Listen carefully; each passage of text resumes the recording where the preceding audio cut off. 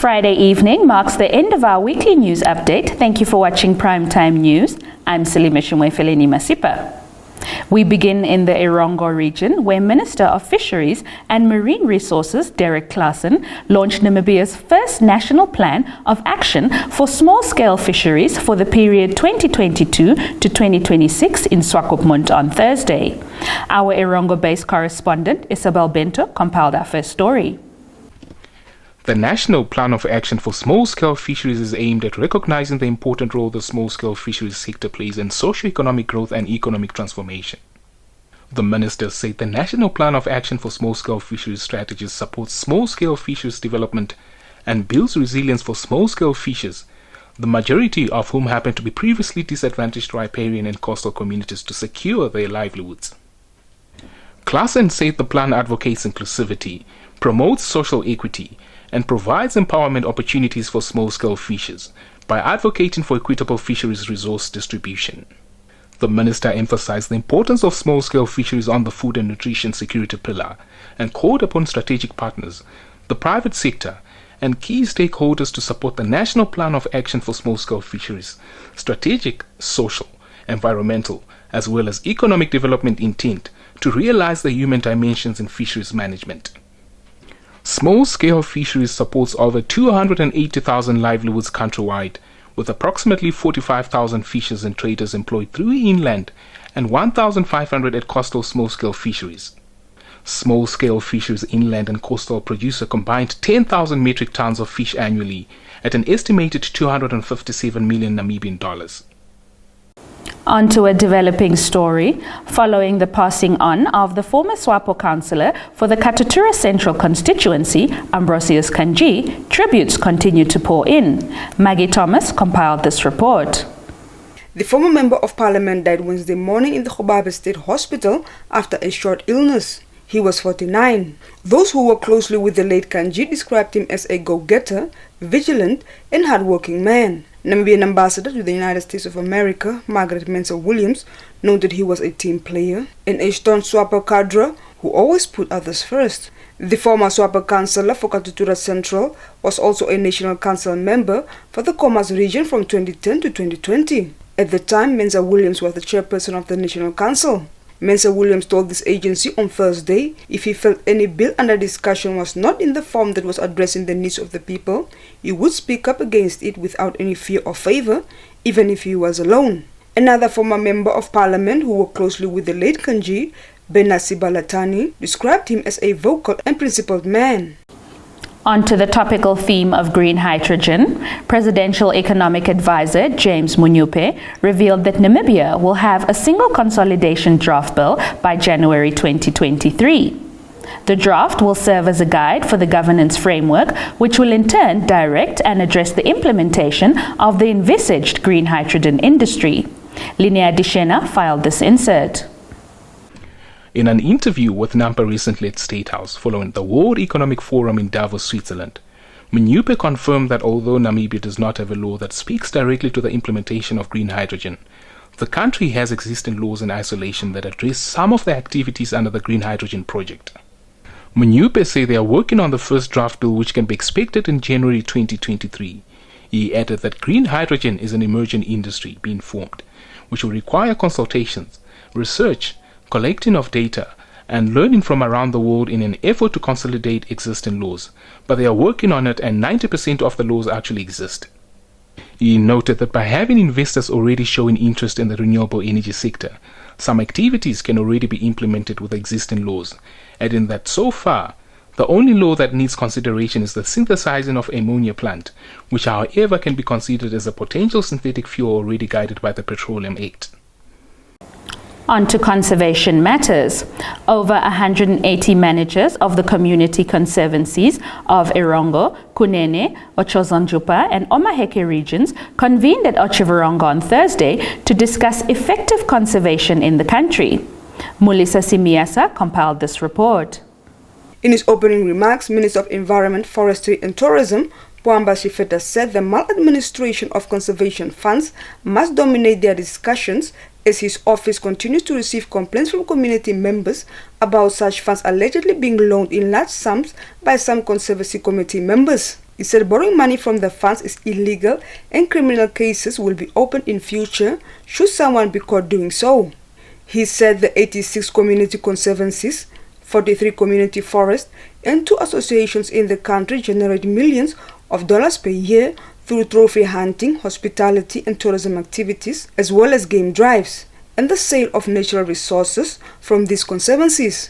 The minister also advised that conservation managers refrain from land disputes as their mandate is to manage natural resources and generate revenues. He called on community conservancies to see to it that their annual general meeting takes place fairly. The minister further expressed delight to see conservancies continue their fight against poaching and also properly manage human-wildlife conflicts, but urged them to prepare for veld fires by creating cut lines inside and around their conservancies. When we return, Rossing pays over 100 million Namibian dollars in tax royalties.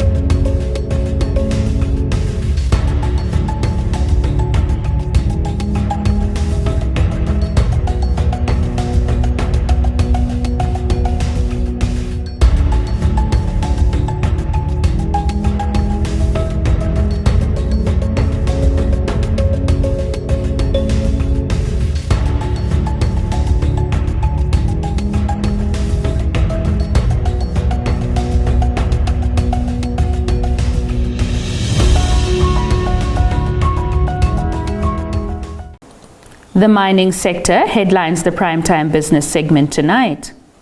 Rossing Uranium has paid the government 111 million Namibian dollars in tax royalties while spending around 2.3 billion Namibian dollars in local procurement for the 2020-2021 financial year. Maggie Thomas filed this story. This was revealed by Rossing Uranium's managing director, Johan Coetzee, Thursday evening when he launched and presented the stakeholders report. During the same period, Rossing paid 167 million Namibian dollars as pay-as-you-earn. However, no corporate tax dividends were paid during the period under review. Coetzee stated payments to public enterprises such as NamWater and NamPower amounted to 464.2 million Namibian dollars. More so, the Rossing Foundation invested 14 million Namibian dollars in local community projects. Despite Rossing's sale volumes being 11% higher than in 2020, revenue dropped by 6% to 4.26 billion Namibian dollars. This is attributed to the impact of a stronger Namibian dollar against the US dollar. Rossing currently has a workforce of 943 permanent employees, of which 20 are women. In a boost for local enterprises, the government, through the Ministry of Sport, Youth and National Service, has entered into a financing agreement with the Development Bank of Namibia, under which the bank has availed an 8 million Namibian dollar loan facility to fund 28 rural youth enterprises. Shalva Wells compiled this insert. The 121 Youth Enterprise Project is a long-term youth entrepreneurship program model under the Harambee Prosperity Plan 1, which emphasizes youth entrepreneurship as an important sub-pillar to achieve an economic growth and development among the youth. Prime Minister Sarah Koongelwa-Madila said at a press conference in the capital on Thursday that Vision 2030 recognizes youth development as an important cornerstone in national efforts to achieve sustainable development, and that one of the desired outcomes of the National Development Plan 5 is empowering women and youth. In this regard, she stated that the government has launched national interventions and adopted major action-driven initiatives for the development of women and youth. She added that the development of rural youth enterprises as part of the national development goals of growing the economy, creating jobs, as well as reducing poverty and inequality, and that the government alone cannot address all the country's development challenges. according to DBN Head of SME Finance Robert Eamon. The rural enterprise is critical to the future of Namibian prosperity and food security, and the fact that the beneficiaries are from rural constituencies will also contribute to the achievement of development impact in rural areas. Stay tuned for the sports news, but first your economics roundup and the weather forecast.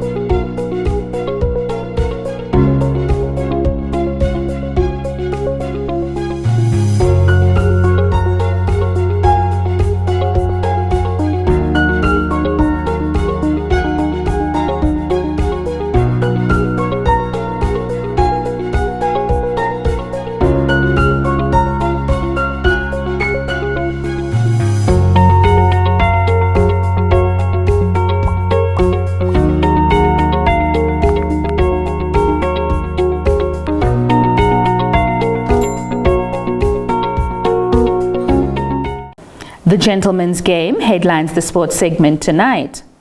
Namibia beat Hong Kong by 162 runs to take an unassailable 2-0 lead in the 3-match cricket series at the Trusco United Cricket Field in Windhoek on Thursday. Hong Kong won the toss once again and decided to field, and the hosts posted 280 runs for 9 wickets in their allocated 50 overs. The two teams will meet on Sunday at the same venue for the final game of the series, with the hosts leading 2-0. On to the English Premier League. Liverpool forward Mohamed Salah and Chelsea women's striker Sam Kerr both achieved a notable double on Thursday as they were named the Player of the Year by England's Professional Footballers Association after they each won corresponding awards from sports writers. The Egyptian topped a poll of his fellow players ahead of Belgian star Kevin De Bruyne, who had won for the previous 2 years and was again a key member of the Manchester City team, which clinched the Premier League title ahead of Liverpool by just a single point. Salah was named Professional Footballers Association Player of the Year for a second time, having previously won in 2018 after a season where Liverpool lifted both the League Cup and FA Cup while also getting to the Champions League final where they lost to Real Madrid. Stand by for your sports roundup.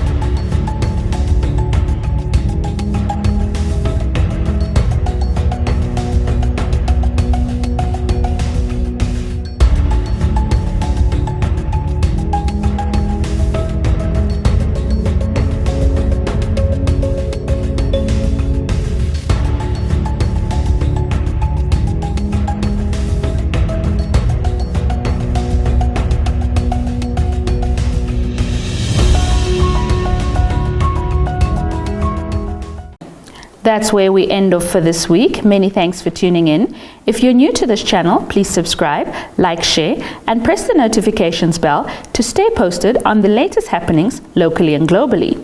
From myself, Salima Shumwefeleni Masipa, and the entire production crew, it's good night.